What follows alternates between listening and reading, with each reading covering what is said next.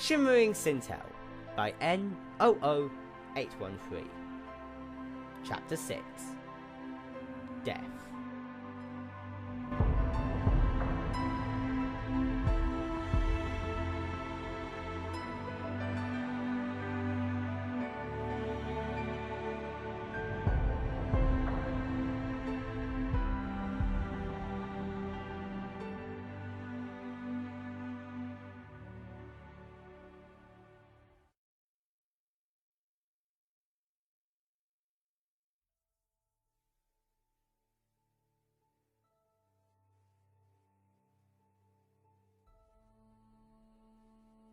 White light struggled valiantly against the darkness, but it was futile. All the flare could illuminate was the front of a massive pile of glimmering gold, interspersed with the almost fluorescent, multicoloured sparkle of gems. Above the flare, two green eyes, flecked with amber, were set amongst stained purple scales. A sharp, curved hook of a snout stuck out from the middle of the face, emblazoned with a cruel grimace, crisscrossed with the rolling waves of light and shadow. The scales on the underside of the dragon's muzzle were splattered with black-brown, the colour of ink mixed with rust. As the light washed outwards, twilight could just make up the black, jagged fins, tipped with a cap of green, poking out from the top of its skull and running down its spine. Something was wrong, but this was definitely where Spike was. Vafa was never wrong. This dragon, though, was definitely not the one in her memories. Were her memories wrong, having been altered and rewritten by her own traitorous mind over the years of travel? She doubted that. She could still remember the faces of each of her friends, Spike included. Tiny, baby Spike. She gasped, just as Spike's scream resonated inside her mind. Bits of the puzzle drove into place, just as the dragon opened its mouth. Inside, she could see a rolling coil of green sparks falling towards the shimmering secretion at the back of its jaw. Twilight winked out of the way, nary a hair away from the massive tongue of green dragonfire that blasted out of the cave mouth. She'd barely returned to the corporeal world before her brain spun itself into overdrive. It was like someone else was controlling her movements, and she was only an observer in her own body. Between cool, deep breaths, she glared at the cave mouth. The dragon's head slowly emerged, its spines scraping against the rock ceiling. She didn't even flinch as rolling waves of superheated air crashed into her shields, the magic flaring up and tinting the world purple. A translucent violet sea of vapour eddied in the air above a stretch of blackened earth, right next to her hooves. Just a few seconds ago, it had been an undisturbed plain of pure white snow. The dragon's roar of frustration and anger didn't catch Twilight by surprise, but the sheer force of it was enough to fling snow and droplets of wet mud into a miniature hailstorm. Twilight frowned as the pellets smacked lazily against her shields, like raindrops crashing into a window. "Spike!" Her voice still sounded the same, to herself at least. She hoped that Spike would still recognise the sound. She knew that she had aged throughout her travels, but all of those years had blurred together. Did Spike even remember her? At the cry, Spike thrust his head out of the black, like a quarry eel. Bones followed close behind in a wave, spilling out onto the snow and earth. The dirty, off-white of the ivory stood in stark contrast to both the blackness of the charred earth and the glittering glare of the white snow. They were the remains of all sorts of creatures, the most common being the stout, slopping skulls of wild pig. But a chill ran down Twilight's back as her eyes flicked between a group of pony skulls to the antler-bearing craniums of the corvids, to what looked like another skull of a dragon. She felt her breath hitch in her throat. The long-snouted dragon skull was warm with age, bleached white by the weak sun over the years, and scored with dozens of cracks and gashes. Approximately the length of Spike's forearm, it leered at her with its empty eye sockets and perpetually grinning jaw. "Spike! Stand down this instant!" she shouted, even as the raging beast turned its head towards her, opening its snout all the while. Dragonfire was inherently magical. This meant that her shields would be useless at best. At worst, even a glancing blow would set off a runaway magical reaction, accumulating in an explosion. Given the strength of both her shields and the opponent's inner fire, the explosion could very well level the mountaintop. She blinked away again, reappearing on a tract of blackened earth stretching out behind her like a runway. So Spike wouldn't listen. A trickle of a thought ran down her head. This wasn't the first time. How had they solved the greed growth last time? What had kicked them out of it? Plunging back into her memory was like groping through the quicksand of a golden pit. Blind and navigating by emotion and desperation, her mind's eyes scanned the images, fishing past as she delved deeper into the blackness. Rarity. Of course. He had looked at her, then somehow regressed. Was it memory? Willpower? Perhaps he had suddenly known that he was hurting her. And that thought, that realization, had managed to worm its way into his head, and stay there long enough for him to notice and then overcome his avarice. Perhaps that would work a second time. Rarity! Spike spat a fireball at her in response, and she blinked away. Damn it, Spike! She's going to hate you for this! Those words, they tasted so bitter coming out of her mouth.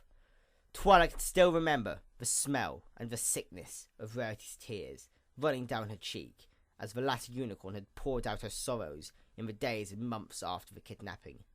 The memories of her playing with him, pushing him away and leading him on, snapping at him whenever he was in a funk. Every last regret that Rarity possessed had burst out of her in that hour. Twilight still didn't know who cried most then. Her voice wavered, the sound hovering like smoke amidst the curling air. Spike didn't even notice as he drew even further out of the cave mouth, his two blackened foreclaws ripping into the earth, carving deep gouges into the mud and rock. Her eyes almost missed it. The flare seemed to flicker for a moment, the pile of gems and gold shifting to create a kaleidoscope of rich colours that, for the briefest of moment, contained a flash of blue. The same colour blue as the plumes of the equestrian military helmets. She glared up at the dragon in front of her, the one that had once been her most loyal assistant, her oldest friend. He returned the glare, rearing his head back before opening his mouth. A beam of magenta magic shot out of her horn with a high-pitched scream. Spike's head reared back, his eyes glinting with utter hatred, a cloud of pink exploding from his mouth. Scales were magic resistant, but tissue covering the inside of the throat wasn't as much. Even then, that quick blast was deliberately weak. She didn't want to kill him after all.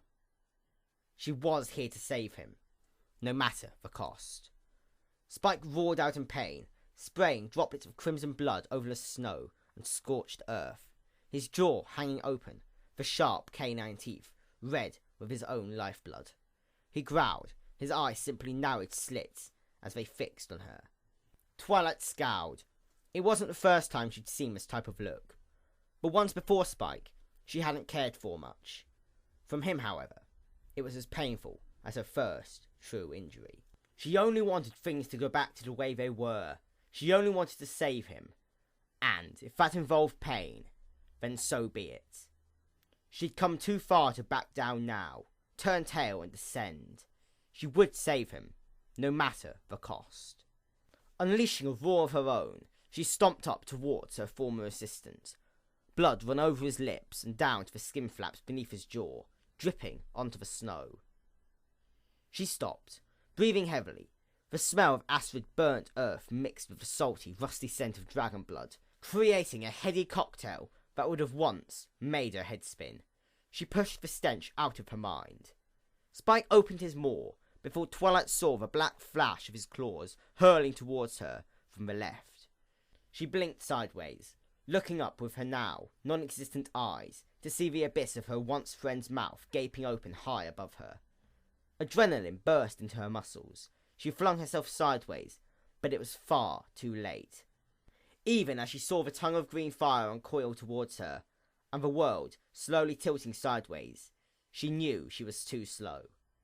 Dragonfire roared around her hooves, Searing pain erupted up her legs. Just as quickly, the agony hissed back into the recesses of her mind. She felt the burning of Lay collect around her horn. Even as Spike's head scanned to the side, fire still spurting from his mouth, a whisper of magic was all she needed to blink to the side, furthest away from him. Her hooves met the cold of melting snow, and she hazarded a glance down to inspect the damage. What she saw made her wince. Glowing coils of magenta and green sank into her hooves, curling up into the air as ephemeral threads, before plunging into the reddening flesh. Her exposed skin and muscles screamed with pain at each pulse and flicker, and she followed suit. The crackling of her charring skin was torn away by the frigid wind whipping around the wounds. The chill somehow intensified the agony. She saw her hooves beginning to boil, bits of red and pink splashing up from the wounds, as if her flesh had been liquidized. Her throat had screamed itself hoarse before she knew what she was doing. Tears drew at the corner of her eyes. Hot, driving pain smashed into her head, and she almost toppled over as her legs shook themselves to jelly. Twilight hissed out a dispeller before muttering a heal over time spell, her voice growing in volume until she was crying at the end. Her pain seemed to subside from waves into ripples, and she looked up, vision blurry. Spike's savage grin focused all of her pain into a single, searing lance that roared out of her body. Hot, bubbling anger rose up through her stomach. She followed, pushing herself to her hooves, and the numbing rush of adrenaline, dousing the burning agony until it was nothing but a mild discomfort. Sudden pain broke through the haze of biochemicals, and Twilight screamed anew as the light flared from her hooves, casting the snow around her into beautiful shades of pink and green. She was at the centre of a miniature aurora. Her limbs felt like they had exploded, and as she teleported away, the torrent of dragonfire passing harmlessly over her head, they felt like they had done so again, and again, and again. When she landed, another scream tore out of her, punching past her gritted teeth as her knees fought to buckle. Her vision flickered with bursts of black and purple and blinding white. A trickle of warm liquid ran down from her nostril, and she tasted the steel and rust of blood. Then, the ghostly itching of her skin and muscle knitting back together, smothered almost all of the feeling in her legs. The sudden absence of pain, anything at all, knocked her legs from beneath her. She retched, her chin resting in the snow, even as she screamed to herself to move, to get out of the line of fire. The contradictory voice came from within its treacherous mutterings that maybe this was the easiest way. But she paid that voice no heed, locking it up in some corner of her brain, even as she wrestled her stiff, unresponsive limbs into pulling herself up, back into her fighting stance.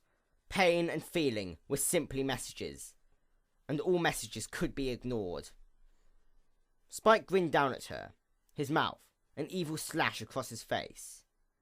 No, not evil, simply insane. He'd given in to the greed growth for what must have been years now. It was a lost cause, the pain around her hooves starting to bubble up again. Little pops of fire struck her skin that splashed against her mental shields. The adrenaline was wearing off. Her shouts were cut off by the hissing, roaring dragonfire spewing out of Spike's mouth, directly towards her. She blinked away again. She popped into existence in front of Spike's now exposed chest. The dragon's literally fiery roar paused for a moment, just as Spike's horn and tattoos began to glow with earnest, vivid light. The unicorn reared up her hind legs, her forelegs covered with an opaque, magenta glow, with her bloodied hooves hanging in mid-air for just a moment. Two solid, brutal thumps sounded out from Spike's chest, and the roar of a cannon blast echoed off the mountain slopes. The dark brown scales cracked open, covering his once light green underside in even more blood. Excess gore splattered out into the white mound of snow, and trickled slowly towards the black earth at the bottom of the slope. Spike roared out. A spark of pity and sorrow erupted in Twilight's chest. "Sorry, Spike," she murmured, blinking back towards the rear of the impromptu arena. She landed on the hard glass, dirt, vitrified by extreme heat, glancing at her opponent, her enemy, once friend. She felt tears beginning to run down her cheeks. The saline liquid hissed upon touching her glowing tattoos. She could continue to disable him, hamstring him until he could move no more, and would only flail against the cold ground. Then she could force a memory wipe on him through his eye or mouth, to try and remove the effect of the greed growth. That was the only way. It wasn't like the greed growth was the result of experimenting with dark magic, or chaos magic, or anything of the sort. It was as natural to a dragon's development as physical increase in size. She would know. She had done her research on her enemy. But that would be the same thing as killing Spike. He would lose all memory of her, of his friends, and all of their adventures together. What would be left? Once upon a time, she'd promised she'd never leave him. If she wiped his mind, it would be as if Spike had never existed at all. The new mind wearing his body wouldn't be Spike. It would just be a stranger. Spike's body surged outwards, the legs bulging beneath the scale with taut muscle. Gold spilled out from the sides of his body, pooling about his feet to mix with the bones. He opened his maw once more, the inside of his mouth covered with flammable secretion. It was an invitation for her to bathe in fire. What about the elements? Could she not go back and ask Celestia to bring the whole team and cure Spike? Her eyes danced over the pile of gold. One shape was immediately obvious. The helmet of the Equestrian Royal Guard, Sentinel Division. The underside was blackened by the intense heat. Even from the distance, she could see flakes of oxidized gold alloy crumble and settle into the snow.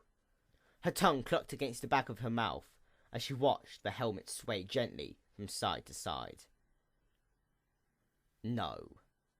Trickles of dread ran down Twilight's back, even as she imploded into a burst of light and exploded into the distance, some distance away from the spray of fluorescent green fire. Spike's insanity was closely tied to the soul and his body. Removing one meant removing the other. He wasn't even insane in its most formal definition, she noted. He'd simply given in to his draconic nature. The elements might not even work. It'd be like asking the elements to resurrect the dead or change the colour of the sky. Only one person would be leaving the mountain by the end of the day. She had travelled for so long, endured so much to save Spike, and she would save him, no matter the cost. I'm sorry, Spike. Even as she uttered those words of finality, she couldn't help but feel a spark of hope as Spike's eyes seemed to clear. But it was gone too soon. The glaze of battle, of hate and greed and anger, washed over those green pools. And then, the Spike she knew was gone. She could make this quick. A blast through the eye would kill him instantly. But perhaps she was getting to him. He seemed to have snapped out of it just now. Maybe if she disabled him, he could come back, so to speak. All chances, no certainties. Twilight shook her head, clearing her mind. She could kill him now, and he wouldn't suffer any more. Or she could slowly whittle him down, torturing him under the hope that he might snap back through all the agony. And after that, she would have to hope that he wouldn't relapse under the siren song of instinctual, draconic avarice. A chance was a chance, nothing more, nothing less. A fraction of all possible outcomes. 1 in a million was better than none in a million. The choice crystallized in her mind, cold and hard, a pillar of light in a storm of darkness and confusion, and pain. She could always fix physical wounds, even if the scales and flesh resisted the influence of magic. She could simply overwhelm them with raw power. The first targets were the knees. Removing them would immobilize Spike. His neck could still twist and turn to barbecue her, however. One step at a time. Twilight's horn, tattoos and eyes glowed white hot for a split second, An intense white beam exploded outwards, lancing straight into his right forearm. The bass roar of magic mixed with that of pain. As the pinkish mist cleared around Spike's leg, Twilight could see the clean hole bored straight through. The flare below his belly illuminated the wound in all its gory detail. Twilight grit her teeth, her mind closed. Silence enfolded her. Even as Spike's mouth gaped open and the flaps of scaly reptilian skin on his throat vibrated and soundlessly clapped. Another deep thrum of magic flared out. Spike's chest hit the ground with a massive solid thump. A wave of displaced snow swept outwards from the impact point. His right knee was utterly destroyed. The bone and muscle vaporized and carried away by the omnipresent wind. Twilight couldn't stop the river of tears leaking out from her eyes, even as she grit her teeth so hard that she was sure some of them cracked under the pressure. Steam hissed around her form as the snow boiled. She would save Spike. She had to, no matter the cost. Spike's head drew itself up off the ground, no doubt to deliver a torrent of dragonfire. Almost on instinct, she hurled herself up and forwards, jumping into nothingness, to explode from a spot behind his head. A deep boom echoed throughout the cave as Spike's head crashed into the ground. He tried to move his limbs, but the great roars of pain that blasted out from his mouth on every attempt left Twilight sure that he wouldn't try. She landed on his back, crashing into a spinal fin on her way down. It was just like what she remembered when she patted him, the tissue flexible, but not weak or soft. Finish the fight before the fight finishes you. Archangel's words disintegrated the memory before it could fully form, locking the remnants down in some far-off corner in her head. Spike's head tried to twist back, but a quick spell brought the magenta glow of magic to bear upon his snout. He growled and grunted, but nothing he tried could break the magical, immaterial binding that wrapped around his long, scaly muzzle. She slid down his neck, hopping off at the base of his head, landing right in front of his ear fin. There was just one more thing to do. She trotted around until the one green eye on the left side of his face focused on her. Then, she took off the hood of her cloak. Her bangs fluttered all around her head and neck, picked up and dropped by the wind. In the midst of Spike's hate-filled green eyes, she could see a mare. That mare, once, had a luscious purple coat. She once had an indigo mane, with a natural stripe of magenta running down its length. Her eyes had once been wide with wonder and curiosity. Once, but no more. The mare that stared back at her now, in the dragon's eye, had an indigo mane interspersed with stripes of grey. Her coat was patched with spots of grey, concentrated mostly on her chest. Silver grey tattoos divided her skin, starting from the corner of her eyes and mouth, to run down her neck and body like frozen mercury.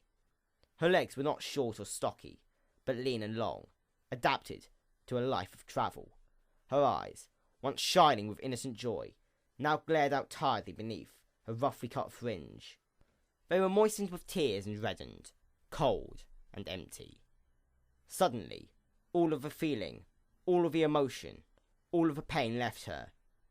Nothing replaced them. Twilight shook her head, breathed out and closed her eyes, just as Spike ripped his head around and slammed his nose into her shields. The glow of magenta magic flared up, and Spike's head recoiled, the snout tip spurting blood from the nostrils. The crimson jets came out almost in sync with the rapid breaths. A muffled howl sounded from somewhere deep inside his throat. Shaking her head involuntarily, her voice and legs started to waver. Spike. Why? Spike only howled and roared and growled as best as he could through the binding around his muzzle. The glaring magenta magic pressed into his scales, wrapping them as he struggled. Spike, she said, raising a hoof towards him. He turned away. Twilight frowned, stepping forwards. His neck flicked, and his head hurtled towards her like the end of a whip. Twilight raised her shields, and Spike's head slammed into the barrier, his entire body shaking like a spring from the impulse. Twilight barely felt the power draw. She folded the magical barrier until he was wrapped in it, writhing like a snake inside a log, just big enough for its body. Stepping back, Twilight examined her hoofwork. She shook her head. Her once friend was trapped in a cocoon of her own magic, crippled by her own actions. Blood trickled down his jaw from the wound at the roof of his mouth, and his nostrils were filled with more blood than air. His front legs lay shattered on the ground, simple slabs of useless meat. Pitiful, horrific, and all her fault. She trotted closer, ignoring the muffled growls that now curiously sounded like whimpers. Trapped, Spike couldn't move away, yet he continued to glare at her, little puffs of dragonfire bursting out from the sides of his jaw, in time with the huffs of breath, mixing with the crimson spewing out of his nostrils. Twilight scrunched up her nose to ward off the smell. Her hooves, dripping with blood and strips of skin, sang with pain as she stepped upon the ridge of vitrified dirt. Scowling and gritting her teeth, she ignored them. She knelt down in front of his snout and saw both his eyes swivel around to focus on her. "Spike, it's me, Twilight." No, it wasn't. Twilight wouldn't have broken her oldest friend's ribs, blown out his kneecaps, and then trapped him like an animal in a field of her magic. Twintail would, but Twilight Sparkle wouldn't. Even if they were both one and the same. She felt the heat roll off the small burst of fire coiling above his snout. If she closed her eyes, she could trick herself into thinking that she was in some remote cabin somewhere, with a warm fire keeping the cold night at bay. The sun reached down until it almost touched the horizon. The sky and snow lit up into a brilliant fire of orange and red, as the heavens themselves seemed to burn. Clouds drifted across the sky, curling and splitting like smoke hanging above a massive funeral pyre.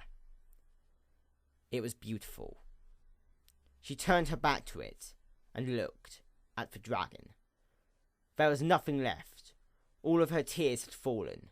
The anger and hate had vaporized like the snow, to be carried off to some far-off place by the uncaring wind. Only blackness remained. There was nothing left.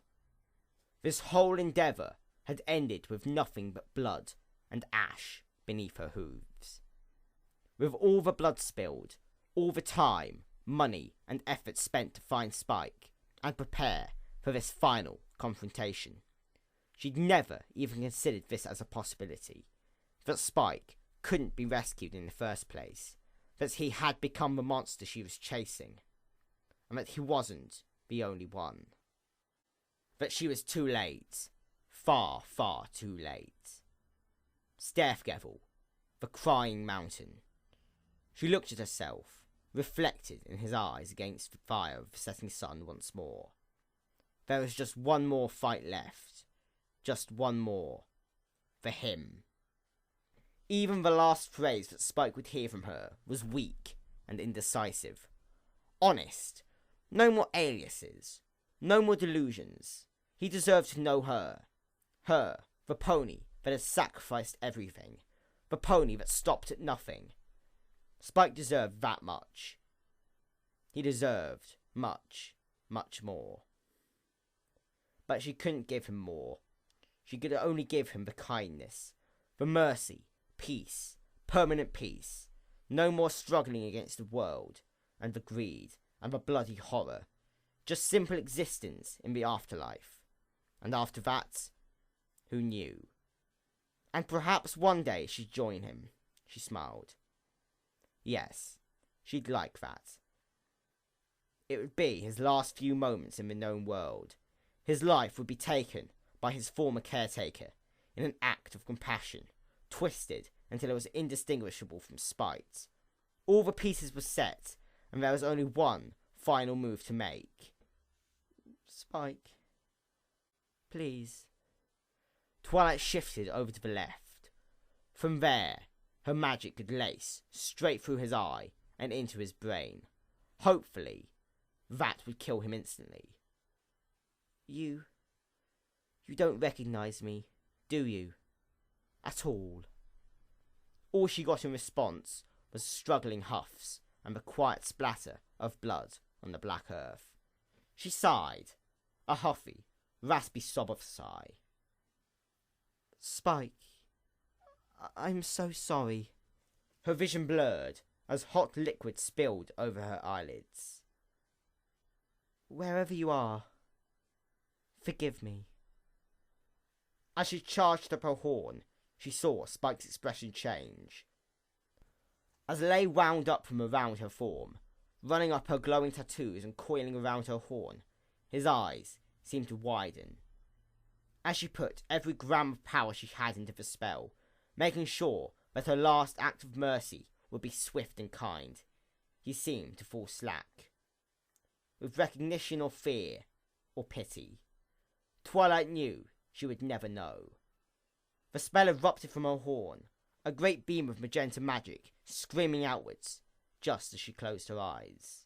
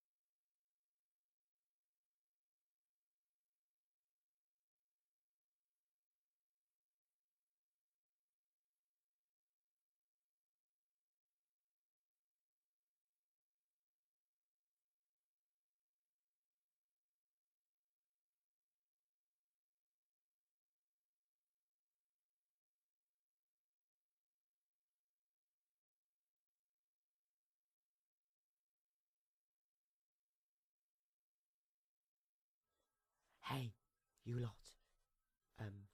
You can all leave now. The video's over. I just felt like putting this in at the end for those of you who are really dedicated, or stupid, or are busy playing Hearthstone and actually can't Alt-Tab to close the video. But anyway, you can leave now. It's gone. Bye. See you for chapter 7. Yes, I know this is breaking the immersion of the story, especially after that incredibly sad ending, but I don't give a shit.